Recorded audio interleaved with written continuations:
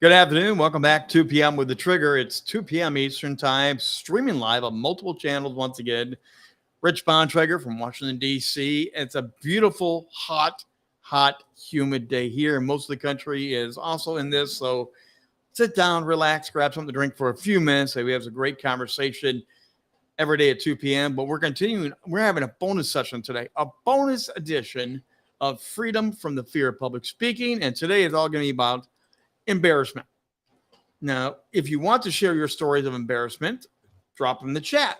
Join us in the conversation today as we regale and share some of the embarrassing moments that me and my guests have had, how we've overcome them, how to deal with it, because no matter what you do as a public speaker, no matter what you do as a leader, when you step up to a microphone, get on stage, something will happen that will be embarrassing. Absolutely guaranteed.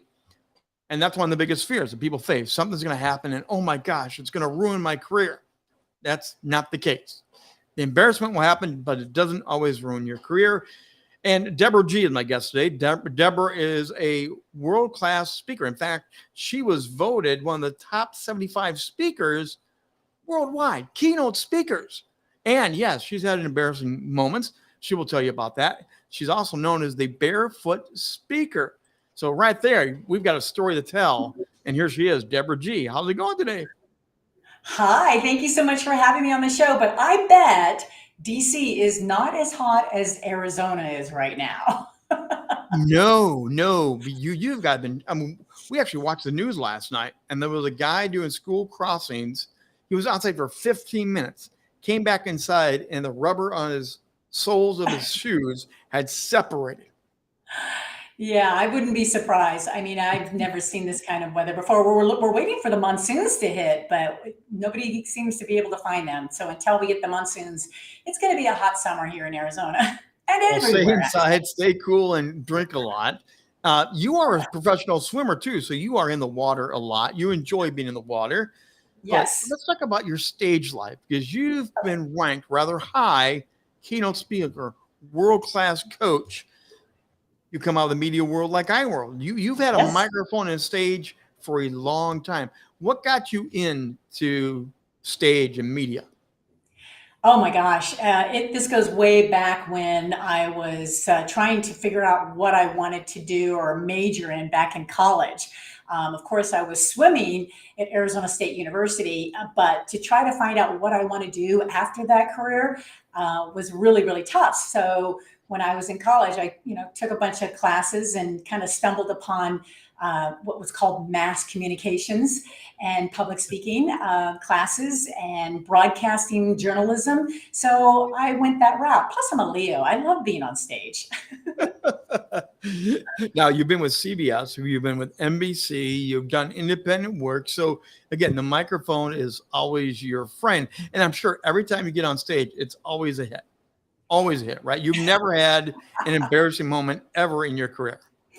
Oh my goodness. Where do I even start on that? Yes, I've been with radio and TV for a number of years. And I kind of look at it as that's kind of where I stumbled on actually just doing, corporate and association type of keynotes from there. But my learning lesson was back in the broadcasting days. But that doesn't mean that even today, I'll probably embarrass myself. It's a natural thing to do. But yet it's a very fearful thing for people that want to become a public or a professional speaker or want to get on the main stage. The first thing that goes through their mind is, what if I embarrass myself? Well, and it's almost guaranteed to happen, isn't it? I mean, that's kind of where my mindset has gone to, is it is going to happen. So before I even get on the mic, get on stage, I have to embrace the fact, go for it. Because no matter what, you will be embarrassed at some point. And it always is unexpected. I mean, Yes. there's times that I'll be on stage and my clicker to my PowerPoint slide doesn't work. Yes. Or my high heel just broke. Or I've even said the word sex instead of the number 6 before and had the audience rolling. But yeah, there's always that opportunity of being embarrassed, and it's always non-expected. How do you handle those embarrassing moments? Does it show? Do you go flush? Do you turn away from the crowd? Do you have that compulsion to walk up stage and drop the mic? I mean, Well, How do you handle it? Well, today, as I'm maturing and I'm experienced in the professional speaking world, I've learned to embrace it. But that is not what happens when it first happens to you, which I think I was like 19 or 20 years old when it actually first happened. And that was a very devastating embarrassment. So now that you put that out there, we have to hear what happened. And again, 1920, that's the beginning of professional career. I'm guessing you're in college, you're in university at that point. Well, the short story of it is when I was in college, as I was a professional swimmer, we were not able to get jobs outside the university. We were only able to be hired internally. Well, word got out that my father was a collegiate basketball coach. And so they were looking for a PA announcer in the activity center for the sports of, like basketball, volleyball, badminton, and things like that. And they figured that, okay, well, Deborah, her dad's a basketball coach. I'm sure she knows about basketball. Little did I know.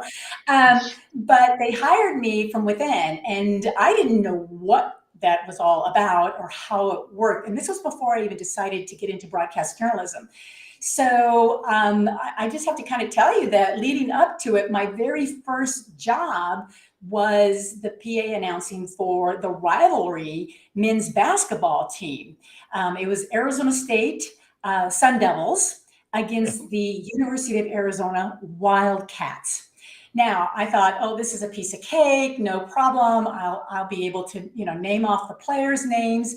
While my color guy does all the color, I can do, just the ins and outs. Well, when I walked into the arena, which seats 14,000 people, I mean, packed, sold out, a roaring crowd. You got the cheerleaders, you got the band. Oh, yeah. All of a sudden, I had this anxiety as I was walking over to the table. And I'm like, oh, this is much bigger than I thought. And then I even looked over on the other side of the arena and noticed CBS Sports had set up their equipment. So I'm like, oh my gosh, not only am I going to be the voice of God in the arena, but the country. And I'm like, this is really a lot for a 19-year-old to take in. And so I decided, okay, I'm just going to take a deep breath, sit down, look at my roster. And when the referee says, start the game, that's exactly what I was going to do. So, and sure enough, we're ready to start the game. And I introduced the visiting team, which you kind of get them out of the way kind of thing. And then, of course, the big buildup is your home team, your home, you want it to be spectacular. You want it to be, fantastic to where people are just rocking the whole arena. And as I was introducing the home team, it sounded like this, Rich. Now, ladies and gentlemen, please let me introduce you to your Arizona State Wildcats. And the crowd goes wild.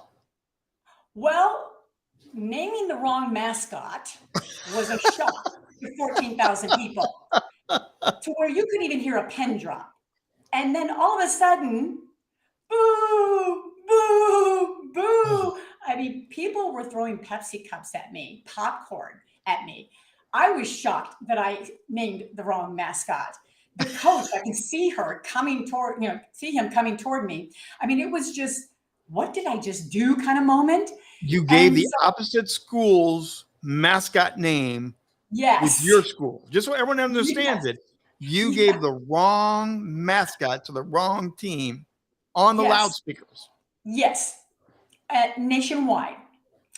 So all I could do was crawl under the table. Literally, I went underneath the table because I didn't know what to do. And nobody knew what to do because everybody was just like stunned that this woman did this and this PA announcer did this. And it just devastated everybody. But then all of a sudden, what was really beautiful was all of a sudden a hand came over the top of the table and touched mine. And it was my boss. His name is Rich Ripley, believe it or not. That's from the show, Believe It or Not. And he said, Deborah, he said, well, he called me DG back then. Keep going. Just keep going. Don't stop. Just keep going. And I'm like, I took a deep breath again, got back up in my chair, put those big fuzzy headsets on, and just continue the game. Now the boos started to subside, Oh, but boy, it set the tone in the wrong way completely. And I look at this whole thing as kind of my first speaking gig. yeah. And it was a very embarrassing one. Of course, the coach wanted me fired the next day, which you can't do to a student athlete. But I went on to do the PA announcing for the remainder 4 years of my time there.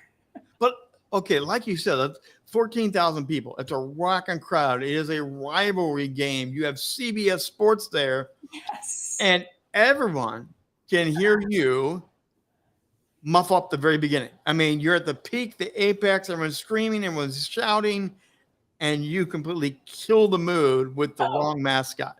Killed it completely. I mean, I heard it for the longest time, but the ironic thing about this, though, is when I did get into sports broadcasting, my first job was with CBS Sports. And of course, I didn't tell them this story until after they hired me. So that way it wasn't part of their decision making. But I'll never forget it. As a matter of fact, Rich Ripley, my boss back then, he never has forgotten it. We both today laugh about it. But these are the embarrassing things that can happen. But because I hit that plateau of that embarrassment, I'm thinking, what more how else can I get any more embarrassed after that? So what do you learn? What can we take away from this? Because it is going to happen, and it is usually at those apex moments. Yes. You're doing a keynote. They brought you in for a big gig. I had my pants tear right down the middle when I'm live on stage in a boy and girl youth seminar, and I was talking about the birds and the bees. No lie, right down the crotch of my pants rips, and I go for 40 minutes nonstop, and then my team told me, by the way, all we saw was your BVDs. So it happens at the apex moments, doesn't it? Yes, it does. So you asked what were my learning moments. I actually have 3 of them, and they're so easy. It's just cringing that we still put ourselves in embarrassing moments. But here's the 3. The first one is be prepared and practice. I thought I was prepared and practiced because, my gosh, my dad's a basketball coach. I know basketball. This is my school. I know the Sun Devils. I mean, as much as you know what you still have to make sure you prepare and practice. And number 2 is get a mentor that believes in you. There's a difference. Rich Ripley, even though he was my boss and he's the one that hired me for that position, he believed in me to where he got me from coming up from underneath that table. I mean, literally, I would have stayed there if it weren't for him. But I knew when he put his hand and just patted my hand and said, just keep going, just keep going. I knew he believed in me. And then I found my strength to actually come from underneath that table. And then by the way, if you don't know the basketball arena, by the way, if you don't understand the basketball arena, she is courtside. Yes. The stadium bleachers all go up behind her and around her. She is at courtside, hiding under the table. Yes. So everyone knows the PA announcer has vanished. Totally. It's like, where did she go? But the third one is don't quit.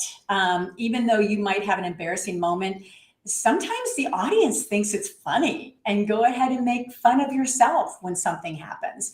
But I didn't quit. I could have easily after that just said, nope, let me just go back to, trying, doing something else. Maybe I could usher at the football game or usher at, the theater, something more simple for me. But I didn't quit. I went back, and year after year, I went back. And so those 3 things really stick in my head.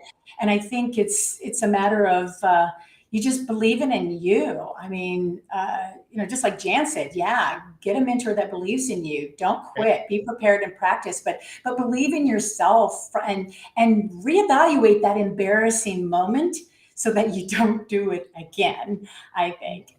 Yes. And that's one of the things as we go on as speakers and coaches or whatever we're doing, when we have the chance to tell these transparent moments of embarrassment, it now becomes part of the staple of some of our best illustrations. So in the moments, it's very embarrassing, In the long term, it becomes part of your brand story and message to help more people, because it's going to happen to everybody, isn't it? Oh, anyone. And it's not a matter of if it's going to happen, it's a matter of when it's going to happen. Right. It is going to happen. Something is going to go wrong, and you just have to kind of go with the flow when these things happen. And sometimes, you do know that your clicker on your PowerPoint slide might not be working. So what's your backup plan? Think of Yes. something of your backup plan if that doesn't happen. How are you going to get the audience involved? What are you going to do? Are you going to talk to the AV in front of the audience? What is it that you're going to do that is going to, end up being funny, or it's going to be, kind of help that transition. So until it does work, things like that. And again, believe in yourself. Jan just put that on the screen. Thank you, Jan. And again, there is that place of believing in yourself, because it's almost like before you step onto this career and really pursue this step of public speaking, you almost have to believe and accept some truth. It is going to be embarrassing. It does take practice. This is not an easy climb. There are so many people out there competing for public speaking opportunities.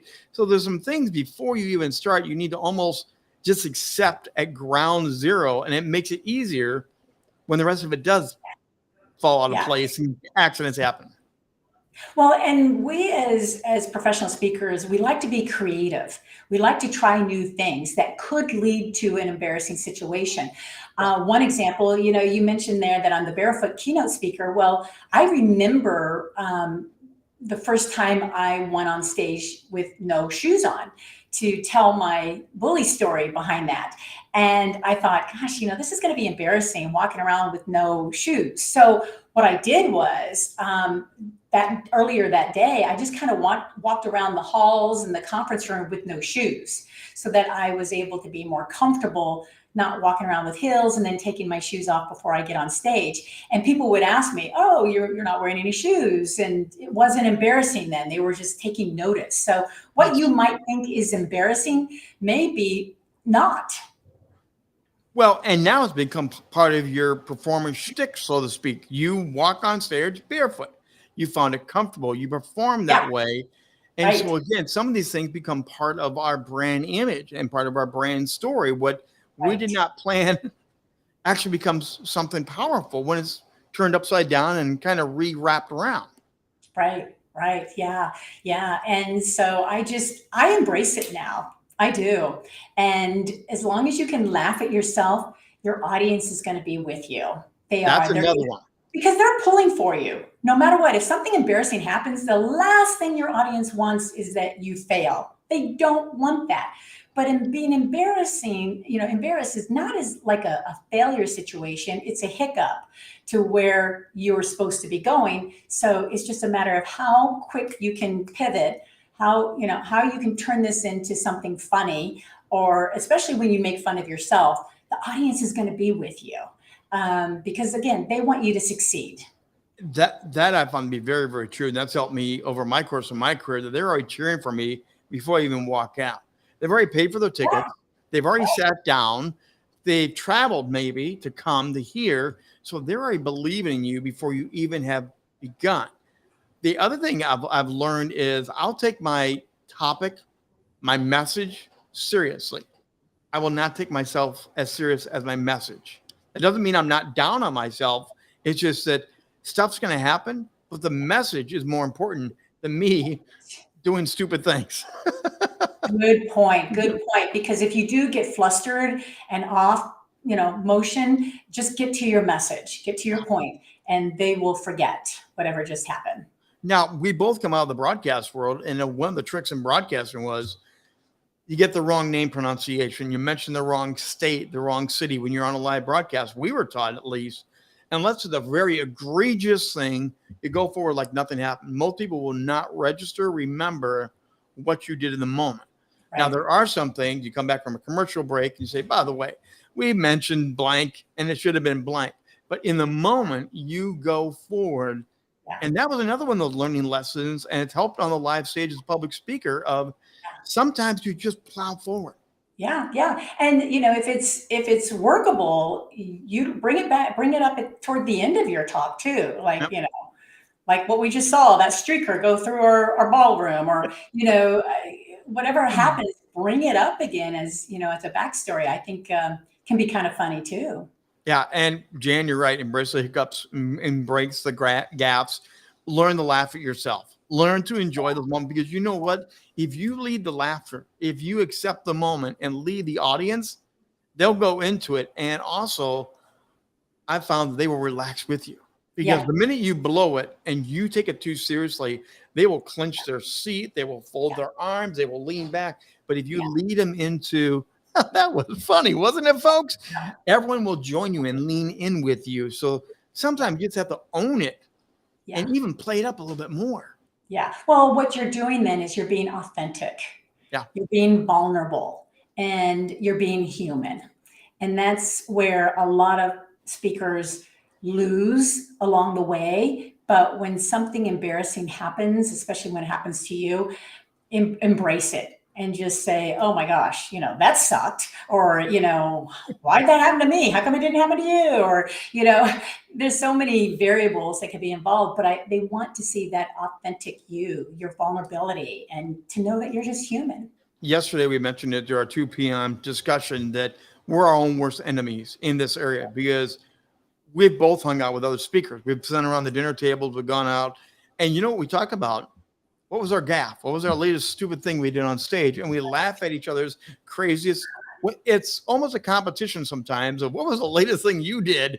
And you almost want to one up each other in your most latest stupid thing. So we embrace it more and more. And I think if people understood that from the beginning, they'd be willing to go give it a try, to not be afraid of the microphone.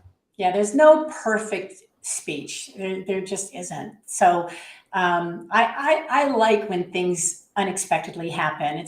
To me, it's fun, and it gets the audience attention, instead of just hearing, blah, blah, blah, blah, blah. They want, something exciting to happen. So when something embarrassing happens to you or to the situation or whatever, yeah, like you said, embrace it. Well, and there's that whole thing of everyone looking for their 15 minutes of fame. It doesn't matter if it's good or bad. As long as you get remembered for something, it's good, right? Exactly. That one, I kind of call it my very first speaking gig in front of 14,000 people. But although it did not go the way I wanted it to, I survived, and everybody always does survive. Just own it and move forward, and you'll have even more embarrassing moments ahead. Did you ever get a copy of that for your own video archives or anything? Do you have a copy of it? No, I'll have to call CBS Sports to see if they could dig that up. But no, that was, gosh, I don't even know if they even kept archives back then. Who knows? But it is a fun story to share with audiences, because we've all been there. We've all been, embarrassed in one way or form. It's just a matter of just laughing it off and moving forward and say, hey, I'm just human.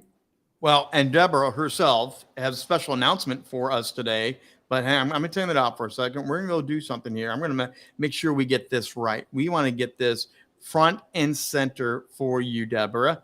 Deborah is announcing the premiere of her brand new website, highlighting what she does as a speaker. There we go.